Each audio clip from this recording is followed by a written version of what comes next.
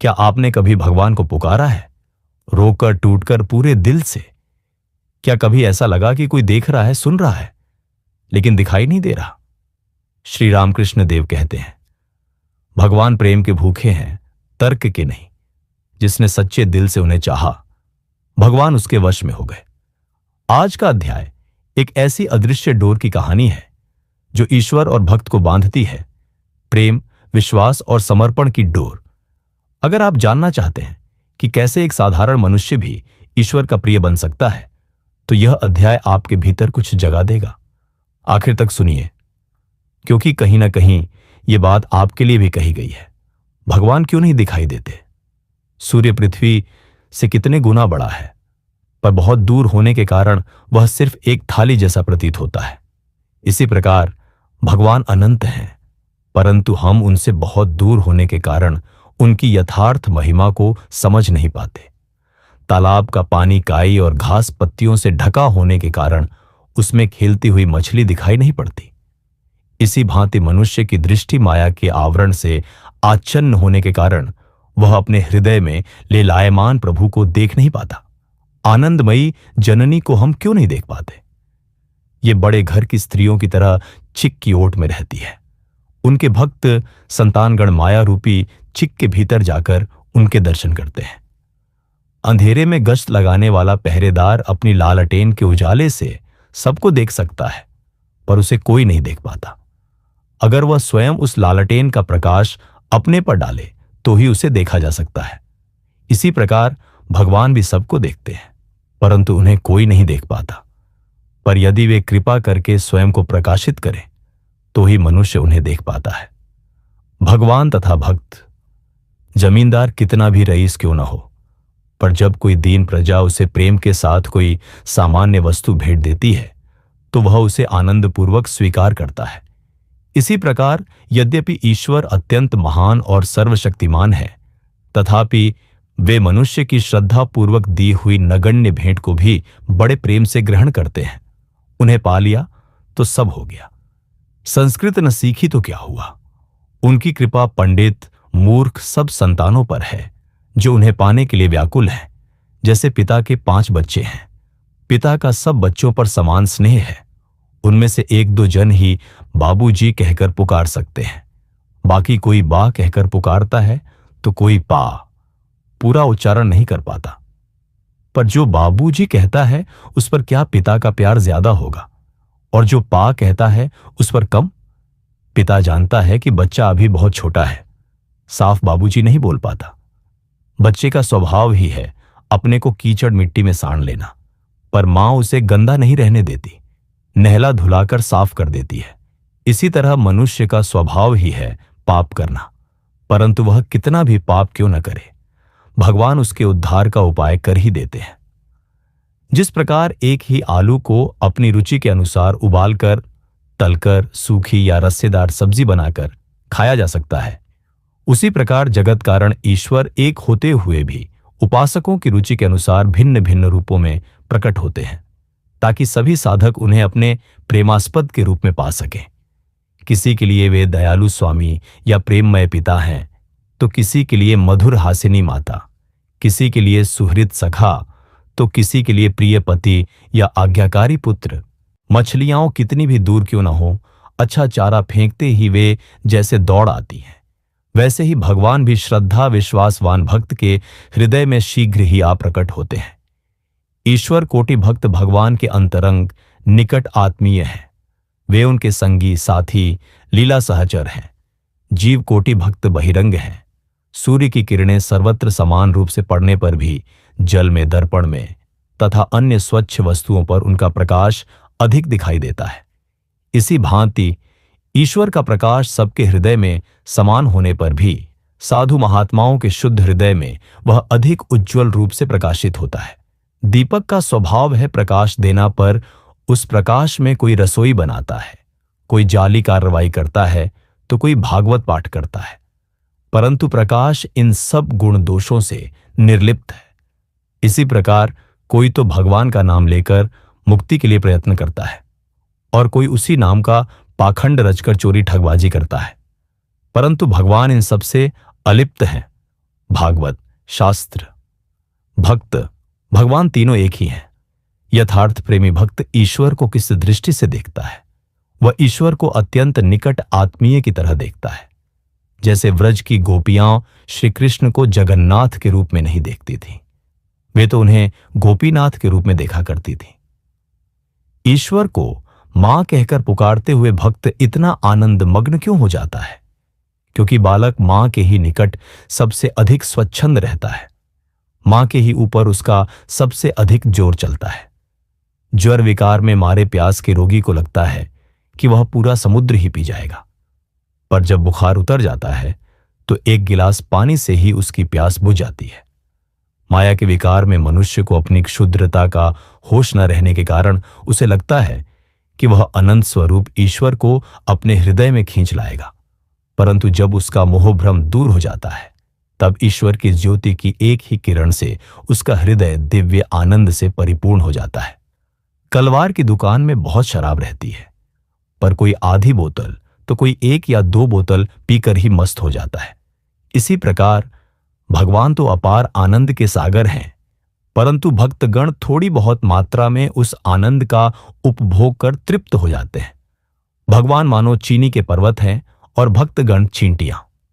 छोटी चींटी चीनी के पर्वत में से एक छोटा कण ले जाती है और बड़ी चींटी कुछ बड़ा कण, परंतु पर्वत जैसा का वैसा ही रहता है। इसी प्रकार भक्तगण भी अनंत भावमय भगवान का एक एक भाव पाकर ही परिपूर्ण हो जाते हैं। संपूर्ण भावों को कोई ग्रहण नहीं कर पाता। ब्रह्म समुद्र की हवा लगने पर मनुष्य पिघल जाता है, अर्थात उसका अहंभाव नष्ट हो जाता है। वह हवा खाकर सनक, सनातन आदि प्राचीन आर्षि पूरे पिघल गए। नारद दूर से ही ब्रह्मसागर के दर्शन कर अपना अस्तित्व खो बैठे और हरि गुणगान गाते हुए उन्मत्त की तरह पृथ्वी का पर्यटन करने लगे। शुकदेव ने तट पर जा 3 बार जल का स्पर्श किया और ब्रह्म भाव में विभोर हो जड़वत विचरण करने लगे। जगत गुरु महादेव उसमें से 3 चुल्लू जलपी शव की तरह निश्चल पड़े रहे। ऐसे ब्रह्म समुद्र के स्वरूप की भला कौन थाह पाए? श्री रामकृष्ण ने केशव चंद्र सेन से कहा था, ब्राह्म समाज के लोग ईश्वर की इतनी महिमा क्यों गाया करते हैं? हे ईश्वर, तुमने चंद्र बनाया, सूर्य बनाया, नक्षत्र बनाए, इन सब बातों की इतनी क्या जरूरत? अधिकांश लोग बगीचे की ही प्रशंसा करते हैं, पर बगीचे के मालिक से कितने लोग मिलना चाहते हैं? बगीचा बड़ा है कि मालिक? मालिक ही सत्य है, बगीचा मिथ्या। शराब पी चुकने पर कलवार की दुकान में कितने मन शराब है, इसके हिसाब से हमें क्या मतलब?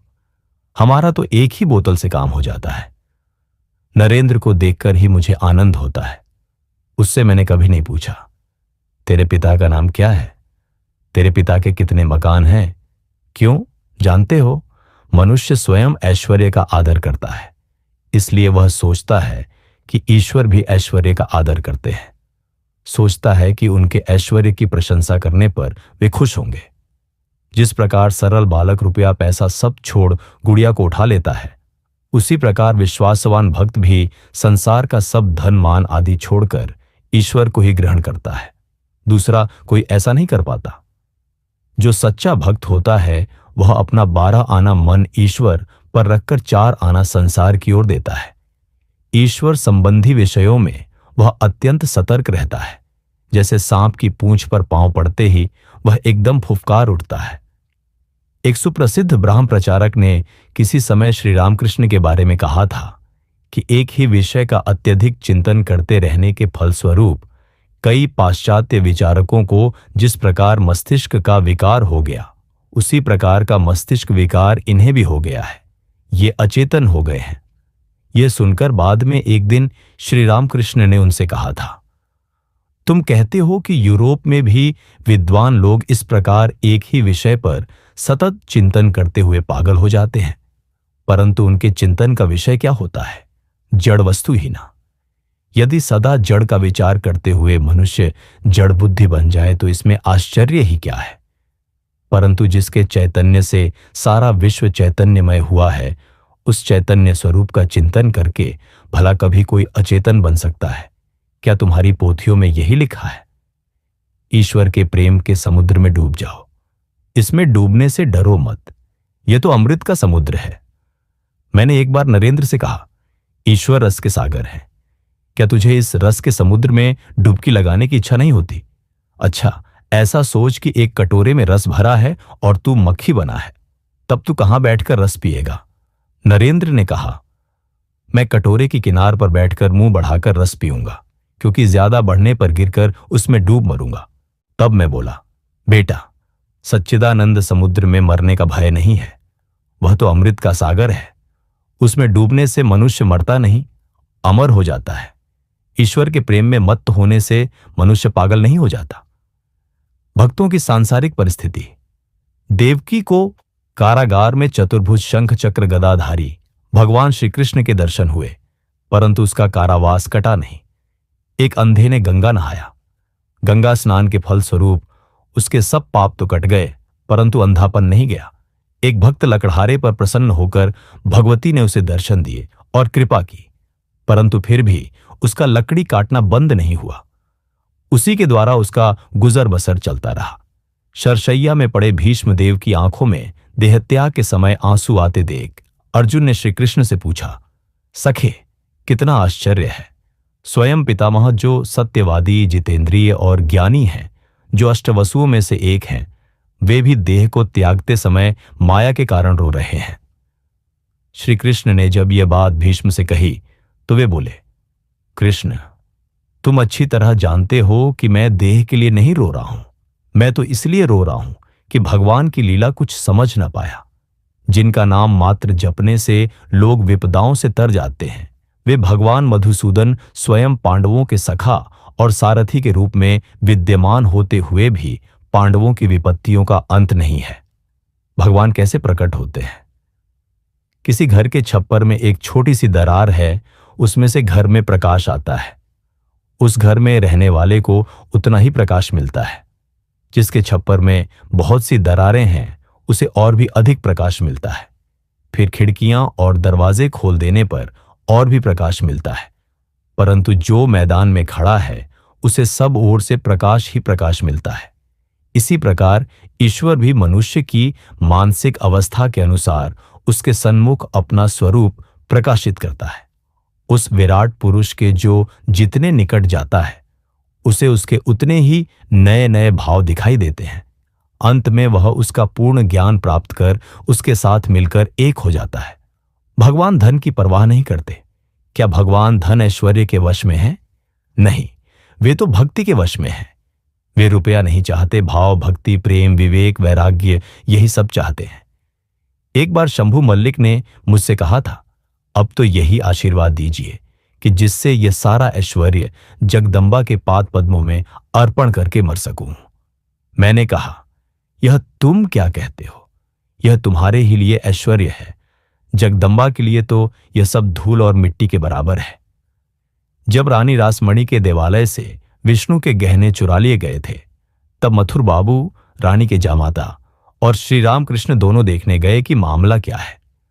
मंदिर में जाकर मथुर बाबू ने कहा, चलो ठाकुर जी, तुम किसी काम के नहीं, तुम्हारी देह से चोर सब गहने निकाल ले गए और तुम कुछ न कर सके। यह सुनकर श्री राम कृष्ण ने उनसे कहा, यह तुम्हारी कैसी बुद्धि है? स्वयं लक्ष्मी जिनके चरणों की दासी है, उन्हें क्या ऐश्वर्य की कमी है? यह जेवर तुम्हारे ही लिए बड़ी भारी वस्तु है, पर ईश्वर के लिए तो ये मिट्टी के ढेले भर हैं। भगवत कृपा और पुरुषार्थ। यह नहीं कि भगवान हमें भोजन देते हैं, इसलिए वे दयामय हैं। पिता अपनी संतान को भोजन तो देगा ही, वास्तव में वे इसलिए दयामय हैं कि वे हमें कुपट में जाने से बचाते हैं, मोह या प्रलोभन से हमारी रक्षा करते हैं। प्रश्न, किस प्रकार के कर्म से हम ईश्वर को पा सकते हैं? उत्तर, मनुष्य उन्हें अमुक कर्म से पा सकता है, अमुक से नहीं, ऐसी बात नहीं। उनकी प्राप्ति होना उन्हीं की कृपा पर निर्भर है, पर उनकी कृपा के लिए व्याकुल होकर कुछ कर्म करते रहना चाहिए। उनकी कृपा से सुयोग मिल जाता है, अनुकूलता हो जाती है। कभी ऐसा हो जाता है कि भाई ने संसार का कुलभार ले लिया, तुम निश्चिंत हो गए। स्त्री विद्या शक्ति धार्मिक निकली, उसकी ओर से कोई बाधा नहीं रही, या विवाह ही नहीं हुआ। इस तरह से संसार में फंसना ही न पड़ा। इस प्रकार सुयोग के मिलने पर काम बन जाता है। द्यासलाई की एक लकड़ी के जलते ही हजारों साल का अंधकार भी उसी क्षण दूर हो जाता है। वैसे ही एक बार ईश्वर की कृपा दृष्टि के पड़ते ही जीव के जन्म जन्मांतर के पाप पुंज तत्काल दूर हो जाते हैं। कुछ मछलियों में बहुत अधिक कांटे होते हैं और कुछ में एक ही कांटा होता है, पर मछली खाने वाला खाते समय सभी कांटों को निकाल फेंकता है। इसी तरह कुछ लोगों में अत्यधिक पाप होते हैं तो कुछ में एक आध ही, परंतु ईश्वर की कृपा होने पर सभी के पाप दूर हो जाते हैं। मलय पवन के लगने से जिन पेड़ों में कुछ सार है वे सब चंदन बन जाते हैं, परंतु बांस, केला आदि सारहित वृक्षों पर कुछ असर नहीं होता। इसी तरह भगवत कृपा पाकर जिनमें कुछ सार है वे तो तत्काल सद्भाव से परिपूर्ण हो जाते हैं, किंतु सारहीन विषयासक्त मनुष्य का सहज में कुछ नहीं होता। एक भक्त बहुत जप किया करता था। श्री रामकृष्ण ने उससे कहा, तुम एक ही जगह क्यों अड़े हो, आगे बढ़ो। इस पर भक्त ने कहा, यह तो उनकी कृपा के बिना नहीं हो सकता। तब श्री रामकृष्ण बोले, उनका कृपा रूपी पवन तो दिन रात बह ही रहा है। भवसागर पार करना हो तो अपनी नाव का पाल तान दो। भगवत कृपा का पवन सदा बह रहा है। आलसी लोग उसका सदुपयोग नहीं करते, परंतु जो उद्यमशील होते हैं वे अपनी नौका का पाल फहरा देकर आसानी से पार हो जाते हैं। प्रश्न, क्या एकाएक कुछ नहीं होता? उत्तर, साधारणतया किसी भी विषय में सिद्ध होना हो तो उसके लिए पहले काफी साधना करनी पड़ती है। कोई एक ही दिन में द्वारिक मित्र की तरह हाईकोर्ट का जज नहीं बन जाता। बहुत बड़ी मेहनत करने के बाद ही द्वारिक मित्र की तरह जज बना जा सकता है, नहीं तो बिना वेतन के वकील ही बने रहना पड़ता है। वैसे यदाकदा ईश्वर की कृपा से एकाएक भी सिद्धि मिल जाती है। जैसे मूर्ख शिरोमणि होकर भी कालिदास देवी सरस्वती की कृपा से एकदम महाकवि बन गया। एक गृहस्थ भक्त, महाराज, हमने सुना है कि आप ईश्वर दर्शन करते रहते हैं, तो हमें भी करा दीजिए। उनके दर्शन कैसे हों? श्री रामकृष्ण, सब कुछ ईश्वर की इच्छा के अधीन है, परंतु कर्म चाहिए तब ईश्वर दर्शन होते हैं। केवल ईश्वर हैं कहकर बैठे रहने से कुछ न होगा। तालाब में बहुत मछलियां हैं, परंतु मछलियां हैं कहकर केवल बैठे रहने से क्या कहीं मछली पकड़ी जा सकती है? बंसी डोर ले आओ, पानी में चारा डालो, धीरे धीरे गहरे पानी में से मछलियां निकलकर चारे के पास आएंगी, तब तो तुम उन्हें पकड़ सकोगे। यह भी खूब है, ईश्वर से मिला दो और आप चुपचाप बैठे रहेंगे। दही जमाकर उसे मथ कर मक्खन निकालकर उनके मुंह तक पहुंचाया जाए, मछली पकड़कर हाथ में रख दी जाए। अच्छी बला है, बीच समुद्र में जहाज के मस्तूल पर बैठा हुआ पक्षी उकताकर नई जगह जाने के लिए एक एक करके पूर्व, पश्चिम, उत्तर, दक्षिण सभी ओर उड़ जाता है, पर पानी के सिवाय कहीं कुछ नहीं दिखाई पड़ता। थककर निरुपाय होकर वह फिर मस्तूल पर ही आ बैठता है। इसी प्रकार साधक भी अनुभव सिद्ध हितैषी गुरु के द्वारा निर्देशित साधना विधि का नित्य पालन करते करते उकता जाता है तथा हताश हो गुरु के प्रति विश्वास खोकर निजी प्रयत्न के द्वारा भगवत प्राप्ति करने के लिए मनमाने साधन मार्गों में भटकने लगता है, पर उसका सब परिश्रम विफल ही होता है। अंत में उसे हारकर उसी गुरु की शरण में लौट आना पड़ता है। जब तक हवा न बहती हो तभी तक लोग गर्मी दूर करने के लिए पंखा झलते हैं। एक बार हवा बहने लगी कि पंखा नीचे रख देते हैं। साधना में भी जब तक ईश्वरीय सहायता न मिले तब तक साधक को स्वयं मेहनत करनी पड़ती है। ईश्वर की कृपा हो जाने पर फिर मेहनत नहीं करनी पड़ती। हवा बहने लगे तो पंखे की जरूरत नहीं रह जाती।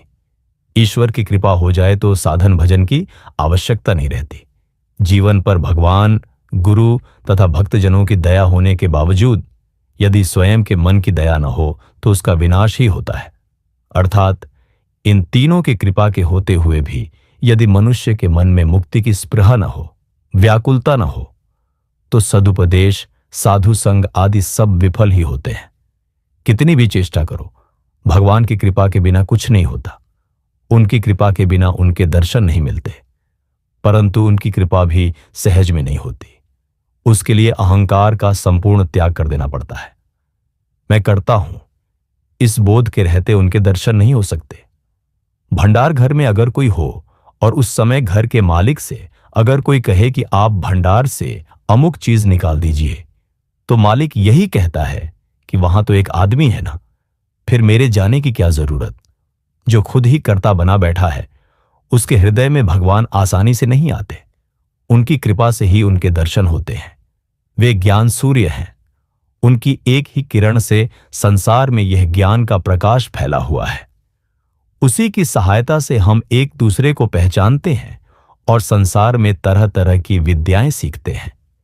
यदि वे एक बार अपना प्रकाश अपने चेहरे पर डालें तो हमें उनके दर्शन हो सकते हैं।